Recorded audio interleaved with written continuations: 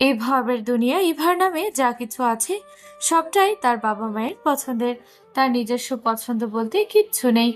ছোটবেলায় দোকানে গেলে কখনো কোনো জিনিস কেনার জন্য যদি বায়না ধরেছে, তার বাবা মা সাথে সাথে নাকচ করেছে। সে শুধুমাত্র তাই পেয়েছে যেটা তার বাবা মা চায়। এই যে মেডিকেলে পড়েছে, তাও বাবা মায়ের চাওয়া। ছোটবেলা থেকে সব ক্লাসে ভালো মার্ক পাওয়ার পরও তার বাবা মায়ের চাওয়া। ইভার ঠিক মনে আছে, পঞ্চম শ্রেণীতে গণিত পরীক্ষায় একবার সে ৭৯ পেয়েছিল, যার দরুন তার বাবা তাকে শিকলে ন্যায় মোটা একটা চেইন দিয়ে মেরেছিল। হয়তো জীবনটা ইভার, কিন্তু সে জীবনে তার কোনো ইচ্ছা অনিচ্ছা, পছন্দ অপছন্দ কিছুই নেই। সবটাই বাবা মায়ের ইচ্ছা অনিচ্ছা। এখন ইভা বড় হয়েছে, নিজের সবটা বুঝতে শিখেছে। মাঝে মাঝে মেয়েটার ইচ্ছে করে একটু প্রাণ খুলে বাঁচতে, খোলা আকাশের নিচে পাখির মতো উড়তে। কিন্তু তার পা দুটো বাঁধা, বেশ শক্তপোক্তভাবে বাঁধা। বুক চিরে দীর্ঘশ্বাস বেরিয়ে এলো ইভার। পিছন ঘুরে বাড়িতে যাওয়ার উদ্দেশ্যে পা বাড়াতে ধাক্কা খেলো কারোর সাথে। খেই হারিয়ে নিচে পড়তে পড়তে মেয়েটা খামচে ধরলো সম্মুখের লোকটার পাঞ্জাবির কলার। নাক মুখ খিচে বন্ধ করে নিল চোখ দুটো। অবশ্য সম্মুখের লোকটাও তাকে পড়তে দেয়নি, কোমর জড়িয়ে বাঁচিয়ে দিয়েছে পড়া থেকে। কিঞ্চিত সময় নিয়ে চোখ খুলল ইভা। সম্মুখে তাকাতেই আবিষ্কার করলো মেহেদি তার কোমর জড়িয়ে থাকতে। ছেলেটা কেমন অদ্ভুত দৃষ্টিতে তাকিয়ে রয়েছে তার পানেই। অপ্রস্তুত হলো মেয়েটা, ছিটকে দূরে সরে গেল মেহেদির বাহুবন্ধন থেকে। ছেলেটা ঠোঁট কামড়ে হাসলো, রসিয়ে রসিয়ে বলল, আসবে না করে সে তো বিলকিসের বাপের বুকে এসে পড়লে। বিলকিসের মা। ইভা নিজের অপ্রস্তুত ভঙ্গি তুলে চোখ গরম করে তাকালো মেহেদির পানে। কটমট করে বলল, একদম আমাকে উল্টাপাল্টা নামে ডাকবেন না। মেহেদি যেন মহা চিন্তায় পড়লো। ভাবুক ভঙ্গিতে বলল, এবার কি তাহলে আমাকে আমাদের মেয়ের নাম বদলাতে হবে? বিলকিসের মা। ইভা নিজের চক্ষুদায় বন্ধ করলো, জোরে জোরে কয়েকটা নিঃশ্বাস নিয়ে স্তব্ধ করলো নিজের ভিতরকার সকল কলরব। অতঃপর চোখ খুলে বেশ শান্ত দৃষ্টিতে তাকালো মেহেদির পানে। ওষ্ঠে কিঞ্চিত মলিন হাসি ফুটিয়ে বলল, আমি জানি না আপনি আমার সাথে মজা করছেন নাকি সত্যি বলছেন। তবে যদি বিষয়টা সত্যি হয় তবে আমি বলবো আপনি এখনই থেমে যান। আমি আপনাকে কখনোই গ্রহণ করতে পারি না। মেহেদির ওষ্ঠে তবু হাসি ফুটলো। চোখে হেসে ছেলেটা বলল, প্রেম নিবেদনের প্রথম ধাপে সব মেয়েরাই এমন কথা বলে, কিন্তু তাই বলে প্রেমিককে হার মেনে নেওয়া যাবে না। প্রিয় মানুষটা যতবার না বলবে, প্রেমিক পুরুষকে তত তার পিছনে ঘুরতে হবে। তবেই না আসল প্রেমিক পুরুষের পরিচয় ফুটে উঠবে। আপনি বুঝতে পারছেন না? মেহেদি হাত উঠিয়ে থামিয়ে দিল ইভাকে। হাসি হাসি মুখে বলল, আমি তোমার জন্য অপেক্ষা করতে প্রস্তুত বিলকিসের মা। তুমি যত খুশি সময় নাও, আমি ততদিন তোমার পিছনেই পড়ে থাকব। অপেক্ষা করব তোমার কণ্ঠ থেকে হ্যাঁ শব্দটা শোনার জন্য। ওই স্কুল পূর্ব কিশোরদের ন্যায় দিনের পর দিন তোমাকে প্রেম নিবেদন করব। তোমার পিছন পিছন ঘুরঘুর করব। তোমাকে ভালোবাসি ভালোবাসি বলে মুখে ফেনা তুলব। রোজ রোজ তোমাকে বিরক্ত করব। কথাটা বলে থামলো মেহেদি। আবার বলল, প্রণয় শুরু হওয়ার আগেই নিজের ভালোবাসার মানুষটার পিছন পিছন ভালোবাসার দাবি নিয়ে ঘোরাও যে কতটা শান্তির তা তুমি বুঝবে না মেয়ে। ইভা হতাশার নিঃশ্বাস ফেলল। একে বুঝিয়ে খুব একটা লাভ আছে বলে মনে হয় না।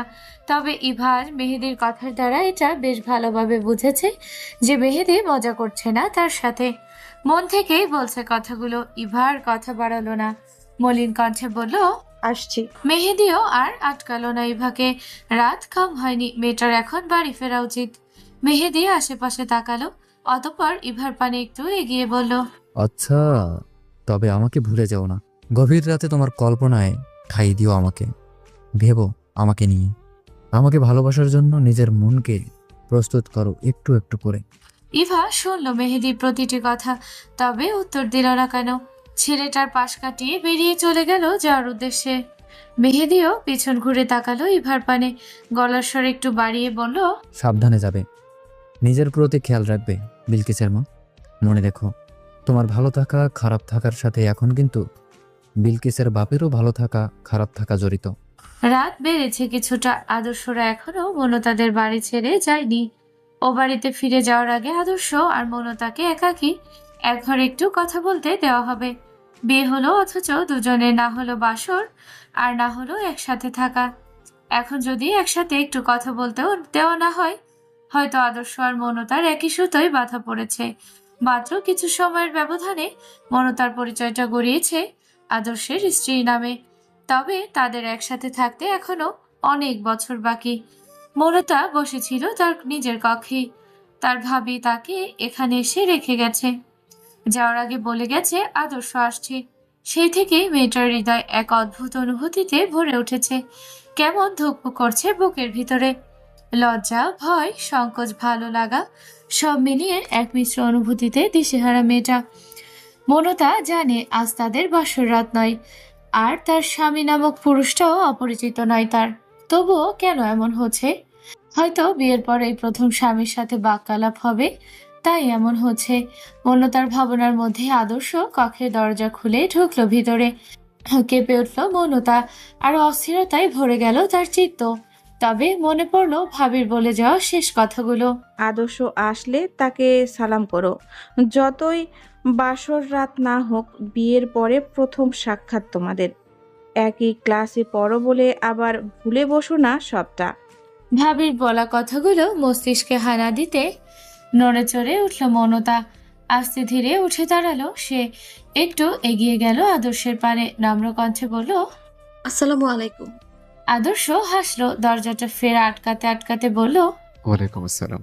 কথাটা বলেই পিছনের দিকে ঘুরতেই বনে গেল যেন। শাড়িতে কোনো মেয়েকে এতটা সুন্দর লাগতে পারে জানা ছিল না আদর্শের। অবশ্য মনতাকে সর্বদাই সুন্দর লাগে আদর্শের নিকট। তবে আজ যেন মেয়েটাকে একটু বেশি সুন্দর লাগছে। নিজেকে নিয়ন্ত্রণ করতে পারল না ছেলেটা। হুট করেই শক্ত করে জড়িয়ে ধরল মনতাকে। হকচকালো মনতা, শিউরে উঠল তার বদনখানি। তবে সে কিছু বলার আগেই আদর্শ বলল, তোমাকে এত সুন্দর হতে কে বলেছে বলো তো?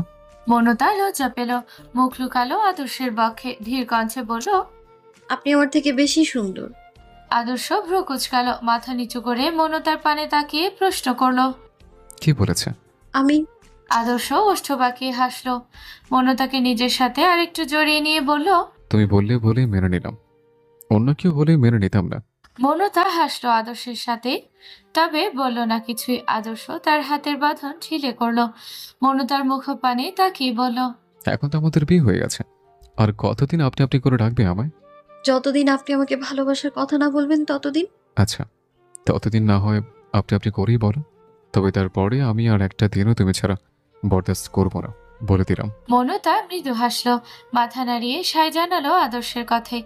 ছেলেটা নিজের বন্ধন থেকে ছাড়লো মনতাকে। হাত বাড়িয়ে মেয়েটার দুই গাল নিজের দুই হাতের ভাঁজে নিয়ে বলল, অবশেষে তুমি আমার হলে। আমার প্রথম অনুভূতি তার সার্থকতা পেল। আমি আমার জীবনের সবচেয়ে বড় শান্তিটা পেয়ে গেলাম। মনতা চোখ তুলে তাকালো আদর্শের পানে, ওষ্ঠ পাকিয়ে বলল, নিজে তো সবটা পেয়ে গেলেন, অথচ আমাকে আমার সবচেয়ে প্রতীক্ষিত বিষয়টাই দিলেন না। আদর্শ কপালে ভাঁজ ফেলে শুধালো, কি দেয়নি? এই যে এখনো অবধি ভালোবাসার কথাটাই বলেননি। কিন্তু আমি তো এর থেকে বেশি কিছু দিতে চাইছি তোমাকে। কি? আদর্শের দৃষ্টি নেশালো। সে দৃষ্টিতে চোখ রাখার সাহস হলো না মনতার। মাথা নুইয়ে ছেলেটার হাত থেকে ছোটার জন্য হাঁসফাঁস শুরু করলো, তবে তাকে ছাড়লো না আদর্শ। কিঞ্চিত সময় নিয়ে সে তাকিয়ে রইল মনতার তীরে কম্পিত ওষ্ঠের পানে। অতঃপর হুট করেই নিজের শুষ্ক ওষ্ঠ জোড়া মিলিয়ে দিল মেয়েটার নরম কোমল ওষ্ঠের ভাঁজে। মনতা প্রথমে হকচকিয়ে উঠলেও পরক্ষণেই সামলে নিল নিজেকে। লাজে দুই গালে রক্তিমাভা ছড়িয়ে পড়ল মেয়েটার। আদর্শ নিজের বন্ধন আরো গাঢ় করলো। হাত বাড়িয়ে নিজের আরো নিকটে টেনে নিল মনতাকে। কত বছরের কত অপেক্ষার পর সে পেয়েছে তার কাঙ্ক্ষিত রমণীকে। লাগামহীনভাবে আদর্শ শুষে নিতে শুরু করলো মনতার ওষ্ঠের অমৃত সুধা। ঠিক তখনই দরজায় চোখা পড়ল। কেউ একজন আদর্শকে ডেকে বলল, আদর্শ ভাই, সবাই ডাকছে আপনাকে, বাড়িতে যেতে হবে। আদর্শ বিরক্ত হলো বেশ। কপালে বিরক্তির রেখা ফুটে উঠল স্পষ্ট। তবুও সে ছাড়ল না মনতাকে। নিজের কার্য চরিতার্থ করতে আরো তৎপর হলো। নিজ ওষ্ঠের প্রবল ঘর্ষণে রীতিমতো নাজেহাল করে তুলল মনতাকে। মেয়েটা হাত তুলে ঠেলে নিজের কাছ থেকে সরিয়ে দিতে চাইলো আদর্শকে। ছেলেটা তবুও পিছু হটল না। মনতার চুলের মুঠি খামচে ধরে আরো কাছে টেনে নিল। বেশ কিছুটা সময় অতিবাহিত হলে নিজের তৃষ্ণা মিটিয়ে তবেই আদর্শ ছাড়ল মেয়েটাকে। মৌনতা অশ্রু খুলে কিছু বলবে, তার আগে আবারও আদর্শ আলতো করে স্বল্প সময় নিয়ে চুমু খেলো মেয়েটার ওষ্ঠে। অতপর মৃদু হেসে বলল, আজকের মতো আসছি প্রিয়তমা, নিজের যত্ন নিও। কথাটা বলেই দুপা পিছিয়ে এলো আদর্শ। পিছন ঘুরে ধীর পায়ে উদ্যত হলো কক্ষ থেকে। বেরিয়ে যেতে মৌনতা পিছু ডাকলো, নমনীয় কণ্ঠে বলল, সাবধানে যাবেন। ইভার বাড়িতে পৌঁছাতে পৌঁছাতে রাত্রি প্রায় 11:30টার কাছাকাছি। ইভা গাড়ি থেকে নেমে তাকালো আশেপাশে। ইতিমধ্যে বাড়ির কৃত্রিম আলোগুলো সব নিভে গেছে, শুধুমাত্র বাড়ির মূল ফটকে একটা আলো দেখা যাচ্ছে। ইভা দীর্ঘশ্বাস ফেল, পা চালিয়ে ঢুকলো ভিতরে। বাড়ির মূল দরজা থেকে ঢুকতে অন্ধকারের মধ্যে ডাক পড়লো তার নাম ধরে। ইভা, দাঁড়াও। ইভা দাঁড়ালো, পাশ ফিরে আবিষ্কার করলো তার পিতা আনিসুল হককে। চোখে মুখে পুরো লোকটার একরাশ গম্ভীরতা। আনিসুল হক এসে দাঁড়ালো ইভার মুখোমুখি, গম্ভীর কণ্ঠে বলল, তোমাকে রাত 8টার মধ্যে বাড়ি ফিরতে বলেছিলাম, আমি এখন 11:30 বাজে। ইভা আশেপাশে তাকালো, আমতা আমতা করে জবাব দিল, বান্ধবীর বিয়ে ছিল আব্বু, খাওয়া দাওয়া শেষ করতে করতেই 10টা বেজে গেছে। আর বাড়িতে ড্রাইভার চাচা তো ছিলই, সমস্যার কি আছে? ইভার কথা শেষ হতে না হতেই মেয়েটার গালে সপাটে একটা চড় পড়লো। চোখে ঝুলানো চশমাটা ছিটকে পড়লো কাছে পিঠে কোথাও। আনিসুল হক হুঙ্কার ছেড়ে বললেন, ড্রাইভার ছিল না, কে ছিল আমি জানতে চাইছি। আমি তোমাকে 8টার মধ্যে বাড়ি ফিরতে বলেছি, ফেরোনি কেন তুমি? ইভা গালে হাত দিয়ে ফুপিয়ে উঠল, তবে বাবার মুখের উপর বলল না কিছুই। আনিসুল হক আবার হুঙ্কার ছাড়লেন, ধমকে বলল, আজ একদিন এমন করছো বলে ছেড়ে দিলাম তোমাকে, ভবিষ্যতে কখনো যেন আবার অবাধ্য হতে না দেখি। যাও, রুমে যাও। ইভা জবাব দিল না কেন। নিচু হয়ে বসে চারপাশ হাতে খুঁজতে শুরু করলো নিজের চশমাটা। এই অর্ধ অন্ধ জীবনে এই চশমাটাই একমাত্র ভরসা। ইভা চশমা ছাড়া চারপাশের জিনিসগুলো খুব একটা পরিষ্কার দেখতে সক্ষম নয়। আনিসুল হক দেখলেন মেয়ের দুর্বলতা, তবুও তার মায়া হলো না একটু। এই মুহূর্তে সে যে মেয়ের উপর ক্রোধে দিশেহারা। লোকটা পাষাণে ধূপধাপ পা ফেলে প্রস্থান করলো ওই স্থান ছেড়ে। একটা বারের জন্য চশমাটা তুলে দেওয়ার চেষ্টা করলো না মেয়েকে। ইভা পরিষ্কারভাবে দেখতে না পেলেও আবছাই অনুধাবন করলো তার বাবা চলে গিয়েছে। বাবা যেতে সে ফুপিয়ে উঠল আরো, হাত বাড়িয়ে এদিক ওদিক দিশেহারা হয়ে খুঁজলো নিজের চশমাটা। খানিকটা সময় অতিবাহিত হতে চশমাটাও পেয়ে গেল। এতক্ষণ একটু স্বস্তির নিঃশ্বাস ফেলে দ্রুত চশমাটা তুলে নিল হাতে। দুই চোখে চশমা পরে উঠে দাঁড়ালো ইভা। এদিক ওদিক আর না তাকিয়ে আলগোছে প্রবেশ করলো নিজ কক্ষে। কাঁধে ঝুলানো পাশ ব্যাগটা ছুঁড়ে মারলো বিছানায়। অতঃপর নিজে শুয়ে পড়লো হুট ইট কনক্রিটে গড়া মেঝেতে। কর্ণে পৌঁছালো তার মোবাইলের শব্দ। হয়তো কেউ কল করেছে, তবে উঠে ধরতে ইচ্ছা করলো না ইভার। পৃথিবীর সকল ইচ্ছে যেন নিঃশেষ এই ক্ষণে। ছাদের পানে দৃষ্টি নিক্ষেপ করে তার ছেলের হাসি হাসলো মেয়েটা। আহা, জীবন কতটা শান্তির! সত্যি কি শান্তির, নাকি সুখ নাম অসুখে জর্জরিত সকলে? ওই যে একটা গান আছে না, কেউ কথাই ভালো নেই। সত্যি কেউ কোথাও ভালো নেই। আমরা বাহ্যিক দৃষ্টিতে মানুষকে যতটা ভালো দেখি না কেন, ভিতরে ভিতরে কেউই ভালো নেই পুরোপুরি। ভবের দুনিয়ায় কোনো না কোনো কারণে আমরা সবাই অসুখী। রাতের আধারে সমাপ্তি ঘটিয়ে সকাল হয়েছে। ইতিমধ্যে ছেলেমেয়েরা কলেজে চলে এসেছে। রিয়া দাঁড়িয়ে আছে পিউয়ের বাসার একটু এপাশে, একটু নির্জন স্থান দেখে। মনে মনে ছেলেটা আজ প্রতিজ্ঞা করে এসেছে, আজ নিজের মনের কথা সে মেয়েটাকে বলেই ছাড়বে। তারা একসাথে 3 বন্ধু, সেখানে আদর্শ প্রেম করলো, বিয়েও করে ফেল। মেহেদিও তার মনের কথা প্রকাশ করে ঘুরঘুর করছে একটা মেয়ের পিছু পিছু। তাহলে সে কেন বাদ যাবে? আজ পিউকে নিজের মনের কথা বলেই ছাড়বে, তাতে যাই হয়ে যাক না কেন। রিয়াদের ভাবনার মধ্যে সেখানে এসে উপস্থিত হলো পিউ। রিয়াদকে দাঁড়িয়ে থাকতে দেখেই হাসি ফুটে উঠলো মেয়েটার ওষ্ঠে। রিয়াদের পানে এগিয়ে এসে সে বলল, আরে আপনি এখানে? রিয়াদ চোখ তুলে তাকালো পিউয়ের পানে। পরক্ষণে আবার সে দৃষ্টি নামিয়ে ফেল। জোরপূর্বক কষ্টে হাসি ফুটিয়ে বলল, এই আর কি। ও আচ্ছা, কোনো কাজে এসেছিলেন নাকি? রিয়াদ একবার ভাবলো এখনই মেয়েটাকে তার মনের কথা জানিয়ে দেওয়া উচিত, কিন্তু সাহসে কোলাচ্ছে না। পাছে মেয়েটা কি না কি ভাবে।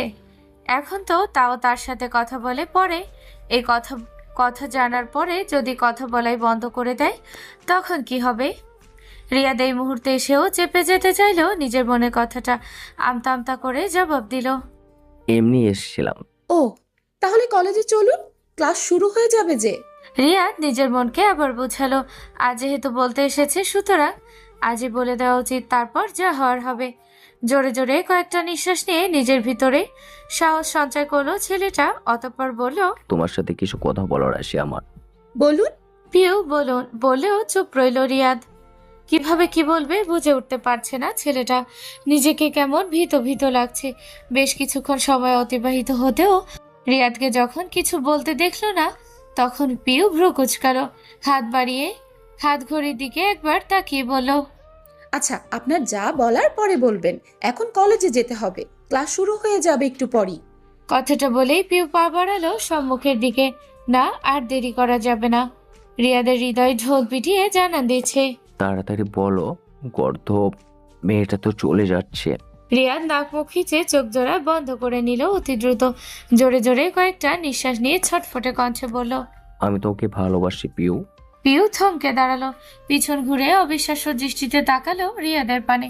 সে কি ভুল শুনছে? সত্যি কি রিয়াদ ভালোবাসে তাকে? থরথর করে কেঁপে উঠল যেন পিউয়ের ছোট্ট শরীরখানা, আবেগে আপ্লুত হয়ে পড়ল হৃদয়খানা।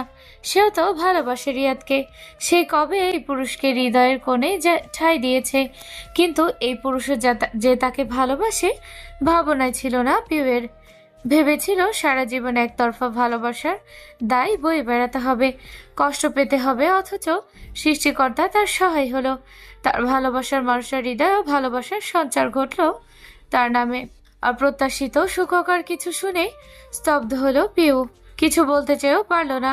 দুই চোখ জুড়ে আবির্ভাব ঘটল সুখের অশ্রুর। তবে পিউর নিকট থেকে কোনো উত্তর না পেয়ে আশাহত হলো রিয়াদ। ধরে নিল মেয়েটা ভালোবাসে না তাকে। বুকের ভিতরটা কেমন দুমড়ে মুচড়ে উঠল, নিমিষেই যেন নিঃশ্বাস বন্ধ হয়ে যাওয়ার উপক্রম তার। এতদিন ধরে যে নারীকে ভালোবেসে আসছে হৃদয়ে, যে নারীকে ধারণ করেছে, সেই নারী যদি ভালো না বাসে তবে তার থেকে কষ্টকর আর কি আছে? তবে নিজেকে সামনে নিল রিয়াদ এই মুহূর্তে ভেঙে পড়তে চাইল না সে। মলিন কণ্ঠে পিউকে বলল, ভালোবাসার উপরে কারো জোর নেই, জোর করে কখনো ভালোবাসা হয় না। কথাটা বলে একটা দীর্ঘশ্বাস ফেল রিয়াদ। পিছন ঘুরে চলে যেতে উদ্যত হতেই পিছু ডাকলো পিউ, ভেজা কণ্ঠে বলল, আমার উত্তরটা শুনবেন না? রিয়াদ মলিন হাসলো, অসহায় কণ্ঠে বলল, এই তো ফিরিয়ে দিবি। আর বলতে পারল না রিয়াদ। মাঝপথেই তাকে থামিয়ে দিয়ে পিউ হুট করেই বলে উঠল, আমিও আপনাকে ভালোবাসি রিয়াদ। রিয়াদ চমকালো, এক মুহূর্তের জন্য থমকে গেল, যেন উৎফুল্ল হলো তার হৃদয়। পিউ তাকে ভালোবাসে? সে কি ভুল শুনলো নাকি? বিষয়টাতে আরেকটু নিশ্চিত হতে রিয়াদ বলল, কি বললে? আবার বলো। পিউ উৎফুল্ল হাসলো, আগের থেকে একটু গলা চড়িয়ে বলল, আমি আপনাকে ভালোবাসি রিয়াদ। রিয়াদ আনন্দে দিশেহারা হলো, উত্তেজনায় দিক বেদিক ভুলে ছুটে গেল পিউয়ের পানে। দুই হাত বাড়িয়ে জড়িয়ে ধরতে নিল মেয়েটাকে। পিউ তৎক্ষণাৎ কিঞ্চিত দূরে সরে গেল, অপ্রস্তুত ভঙ্গিতে তাকালো আশেপাশে, আমতা আমতা করে বলল, এটা রাস্তা। রিয়াদ থেমে গেল, হাত দুটো গুটিয়ে নিয়ে লাজুক হাসলো, মাথা চুলকে বলল, উত্তেজনায় খেয়াল ছিল না। মনতাদের ক্লাস শেষ হয়েছে বেশ কিছুক্ষণ আগে। আদর্শকে নিয়ে কাছে পিঠে এক পার্কে বসেছে সে। আজ নিজের হাতে ভালোবাসার মানুষটার জন্য রান্না করে এনেছে মেয়েটা। এমনি সচরাচর রান্না বান্নার কাজে তেমন একটা হাত লাগায় না মনতা। নিজে হাত লাগাতে চাইলেও বাবা ভাই লাগাতে দেয় না, পাছে যদি হাত পুড়িয়ে ফেলে। আজ অবশ্য তার বাবা ভাইয়ের এই চিন্তার ব্যতিক্রম হয়নি। রান্না করতে গিয়ে ঠিকই হাত পুড়িয়ে ফেলেছে, তবুও ভাবির সহায়তায় শেষ পর্যন্ত রান্নাটা সম্পূর্ণ করতে পেরেছে। পার্কে সবুজ ঘাসের উপর আদর্শকে বসিয়ে তার পাশে বসলো মৌনতা। ব্যাগ থেকে একটা বাক্স এবং চামচ বের করে এগিয়ে দিল আদর্শের পানে। মিহি কণ্ঠে বলল, আপনার জন্য আমি নিজ হাতে রান্না করেছি। আদর্শ বাক্সটা ধরল না, তীক্ষ্ণ দৃষ্টিতে কিঞ্চিত সময় নিয়ে তাকিয়ে রইল মৌনতার পানে, অতঃপর হুট করেই বলল, হাত দেখি তোমার। আদর্শের হুট করে হাত দেখতে চাওয়াই হক চাকালো মৌনতা, তবে পরক্ষণে নিজেকে সামলে নিয়ে প্রশ্ন করলো, কেন? দেখতে চেয়েছি, দেখাও, এত প্রশ্ন কিসের? আদর্শের থমথমে কণ্ঠস্বর মৌনতা আর না করতে পারল না। আস্তে ধীরে নিজের বাম হাতটা বাড়িয়ে দিল আদর্শের পানে, নমনীয় কণ্ঠে বলল, এই যে। আদর্শের দৃষ্টি গাঢ় হলো, কিঞ্চিত সময় নিয়ে মনতাকে পর্যবেক্ষণ করলো সে। অতঃপর নিজের হাত বাড়িয়ে টেনে নিল মনতার ডান হাতটা। উল্টে পাল্টে দেখতে শুরু করলো সে হাতখানা। খুব একটা সময় বের করতে হলো না ছেলেটাকে। হাতটা একবার উল্টাতেই চোখে পড়লো হাতের পাশের পোড়া অংশটা। পুড়ে কেমন ফোসকা পড়ে গেছে। আদর্শের বক্ষস্থল জ্বলে উঠল। চিন্তিত হলো তার মন মস্তিষ্ক। ধমকের সুরে বলল, হাত পুড়িয়ে কে তোমাকে রান্না করতে বলেছে? আমি কি খেতে চাইছিলাম তোমার হাতের রান্না? আদর্শের ধমকে মৃদু কেঁপে উঠল মৌনতা। এলোমেলো দৃষ্টি ফেলে বলল, রান্না করতে গেলে এমন একটু একটু হবেই। রাগ বাড়ল আদর্শের। খানিকটা ক্রোধিত কণ্ঠে সে বলল, রান্না করতে গিয়েছিলে কেন? আমি যেতে বলেছিলাম? সবসময় পাকনামি। মৌনতা ঝগিল। মনে মনে ভাবলো কিভাবে আদর্শের এই ক্রোধ থেকে বাঁচানো যায়। ওই যে কথায় আছে না, লোহা কাটে লোহাকে, তেমনি ক্রোধ কাটবে ক্রোধকে। মৌনতা নিজের হাতটা ছাড়িয়ে নিতে চাইলে আদর্শ হাত থেকে কপট রাগ দেখিয়ে বলল, যার জন্য করি চুরি সেই বলে চোর। আপনার জন্য কত কষ্ট করে হাত পুড়িয়ে রান্না করলাম, কোথায় খেয়ে বলবেন কেমন হয়েছে তা নয়, বকছেন আপনি আমায়। আদর্শ ছাড়ল না মৌনতার হাতটা। চিন্তিত সুরে বলল, কতখানি হাত পড়েছ দেখেছো? ঔষধ লাগাতে হবে। মৌনতা আরো কিছুটা ক্রোধ দেখালো আদর্শের উপর। ঝাঁঝালো কণ্ঠে বলল, পড়ুক, খেতে হবে না আপনাকে আমার রান্না, আমি চলে যাচ্ছি এক্ষুনি। ব্যাস এইটুকুতেই আদর্শ কুপকাত। নিজের ক্রোধ সামলেই থমকে গেল সে। মৌনতাকে থামাতে দ্রুত কণ্ঠে বলল, এই না না, আমি এখনই খাচ্ছি। কথাটা বলে আদর্শ তড়িঘড়ি করে তার সম্মুখে রাখা বাক্সটা খুলল।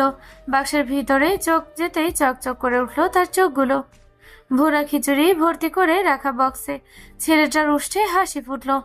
মেয়েটা ঠিক জেনে নিয়েছে এটা তার প্রিয় খাদ্য, এই ভুনা খিচুড়ি। আদর্শ আর দেরি করলো না। চামচ দিয়ে দ্রুত মুখে তুললো কিছুটা খিচুড়ি। না, একদম খারাপ হয়নি। প্রথম রান্নার তুলনায় বেশ ভালোই হয়েছে। আদর্শ মুখের খাবার গিলে বলল। অসাধারণ হয়েছে প্রিয়তমা। মৌনতা খুশি হলো। উৎফুল্ল ভঙ্গিতে বলল, সত্যি? একদম। তুমি একটু খেয়ে দেখো। সময় গড়াচ্ছে নিজের ব্যস্ততায়। এক মুহূর্তের জন্য সে থেমে নিজের গতির পরিবর্তন ঘটাচ্ছে না। এর মধ্যে কেটে গেছে বেশ অনেকটা দিন। আদর্শ, মৌনতা, পিউ, রিয়াদ, ইভা, মেহেদি সবাই নিজ নিজ অবস্থানে বেশ ভালোই আছে।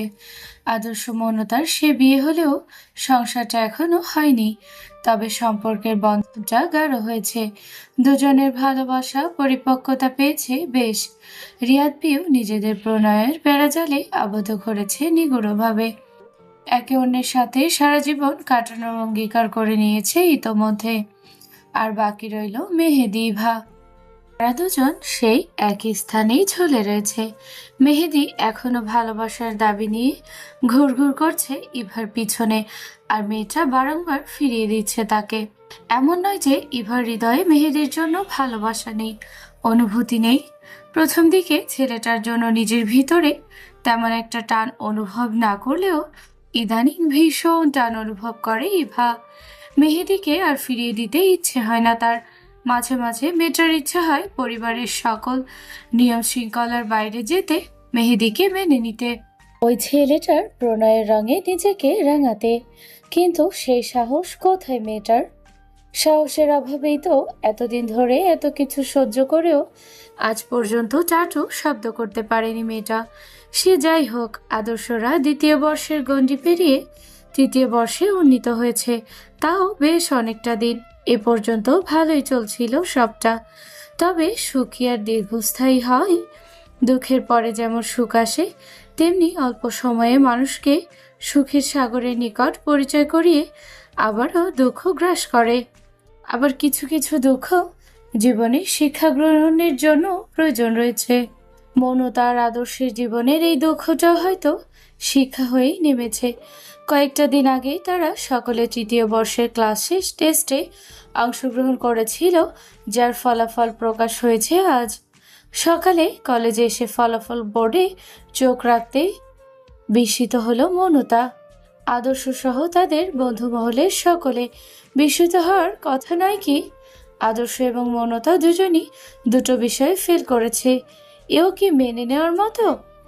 মেডিকেল কলেজের মতো একটা বিদ্যাপীঠের শিক্ষার্থী হয়ে যদি কেউ ফেল করে, তাও যারা কখনো ফেল করেনি তারা।